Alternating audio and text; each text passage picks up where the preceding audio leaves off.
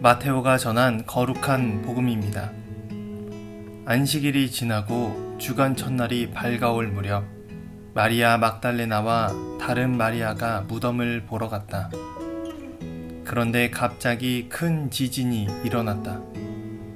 그리고 주님의 천사가 하늘에서 내려오더니 무덤으로 다가가 돌을 옆으로 굴리고서는 그 위에 앉는 것이었다.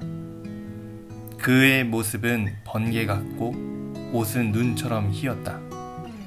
무덤을 경비하던 자들은 천사를 보고 두려워 떨다가 까무러쳤다.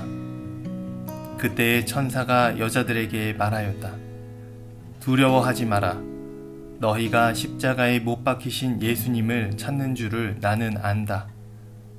그분께서는 여기에 계시지 않는다. 말씀하신 대로 그분께서는 되살아나셨다. 와서 그분께서 누워 계셨던 곳을 보아라. 그러니 서둘러 그분의 제자들에게 가서 이렇게 일러라. 그분께서는 죽은 이들 가운데에서 되살아나셨습니다. 이제 여러분보다 먼저 갈릴레아로 가실 터이니 여러분은 그분을 거기에서 뵙게 될 것입니다. 이것이 내가 너희에게 알리는 말이다. 그 여자들은 두려워하면서도 크게 기뻐하며 서둘러 무덤을 떠나 제자들에게 소식을 전하러 달려갔다. 그런데 갑자기 예수님께서 마주 오시면서 그 여자들에게 평안하냐 하고 말씀하셨다. 그들은 다가가 엎드려 그분의 발을 붙잡고 절하였다. 그때 예수님께서 그들에게 말씀하셨다. 두려워하지 마라. 가서 내 형제들에게 갈릴레아로 가라고 전하여라. 그들은 거기에서 나를 보게 될 것이다.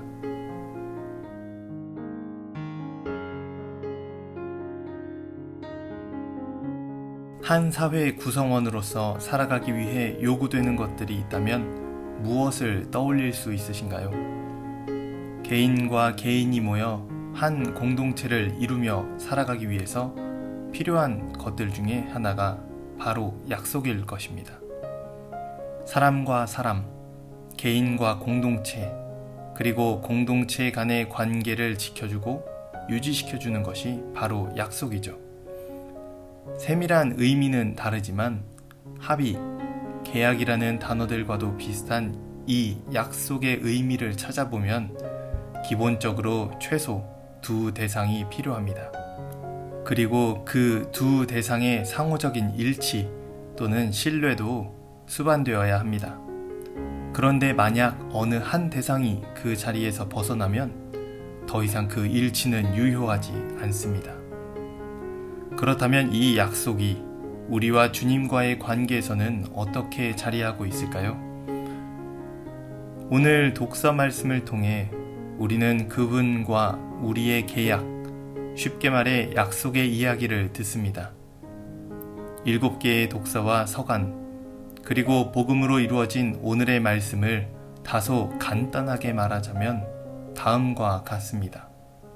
하느님과 우리가 어떤 약속을 맺었고 그 약속에 있어서 주님이 어떤 분이신지, 반대로 우리는 어떠했는지, 그리고 이 약속이 우리에게 어떤 의미를 지니는지 물음을 던집니다. 당신의 모습을 닮은 사람의 창조부터 믿음의 선조인 아브라함, 그리고 고된 이집트 생활에서 탈출한 이스라엘과 그 역사 안에서 이루어진 약속의 성취 이야기를 독서 말씀을 통해 우리는 듣습니다. 주님은 당신의 모습으로 창조된 인간이 행복하게 살 수 있도록 길을 보여주셨습니다. 끝까지 믿음을 증거했던 아브라함에게 큰 복을 약속하셨고 그 약속을 이스라엘이 저버릴지라도 주님은 언제나 그 자리에서 이스라엘 백성들이 돌아올 날만 기다리셨습니다. 다시 말해 당신을 잊지 않고 찾는 이들에게 약속하신 대로 주님은 구원의 응답을 주셨던 것입니다. 요약하자면 이렇습니다. 우리의 주님은 결코 약속을 저버리지 않고 믿는 이에게 언제나 그 약속의 응답을 주신다.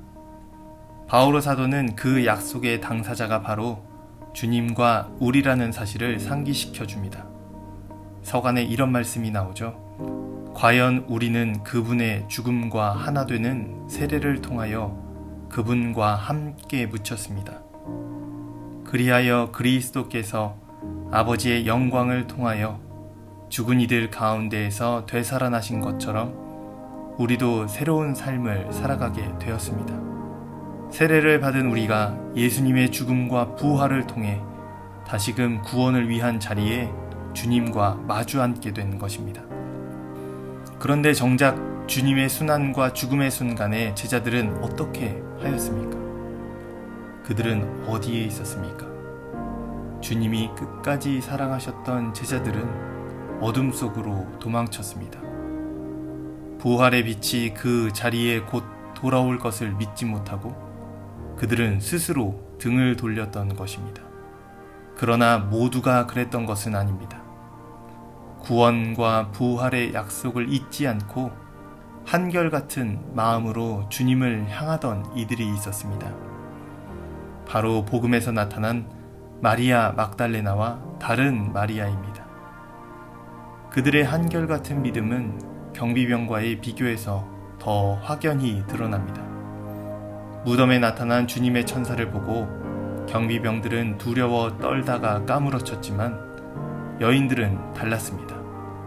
그들은 두려웠지만 그 두려움이 주님을 찾는 마음을 삼키지 못했습니다.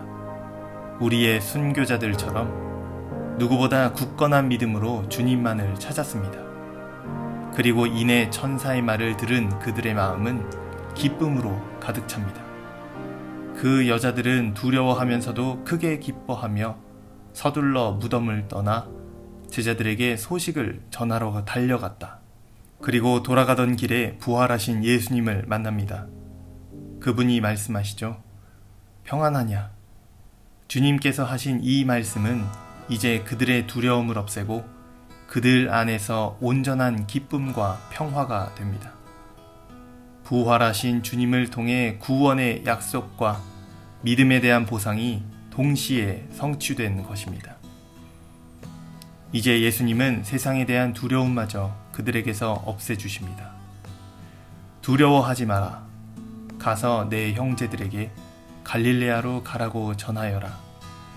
그들은 거기에서 나를 보게 될 것이다. 갈릴레아, 주님의 복음이 선포되고 주님과의 관계가 시작되었던 그 땅으로 제자들을 초대하십니다. 약속을 저버린 이스라엘 백성처럼 제자들도 주님의 고통과 죽음 앞에 등을 돌렸지만 사랑에 신실하신 주님은 다시 제자들을 구원의 길로 부르십니다. 주님과의 만남으로 그들을 재차 이끌고자 합니다. 우리가 믿는 주님은 시편의 말씀처럼 분노에 더디시고 자애와 진실이 충만하십니다. 우리가 그분께 마음을 확고히 하지 않고 그분 계약에 신실하지 않았다 해도 주님은 언제나 우리의 구원을 위해 기다리십니다. 나와 주님이 만났던 우리의 갈릴레아, 희망 가득했던 그 갈릴레아에서 말입니다. 얼마나 자비로운 계약이자 사랑 가득한 약속입니까? 감히 어리석다 말할 수 있을 정도로 얼마나 지극한 사랑입니까? 그러므로 주님과 만났던 그 기쁨의 식탁으로 발을 내디드십시오.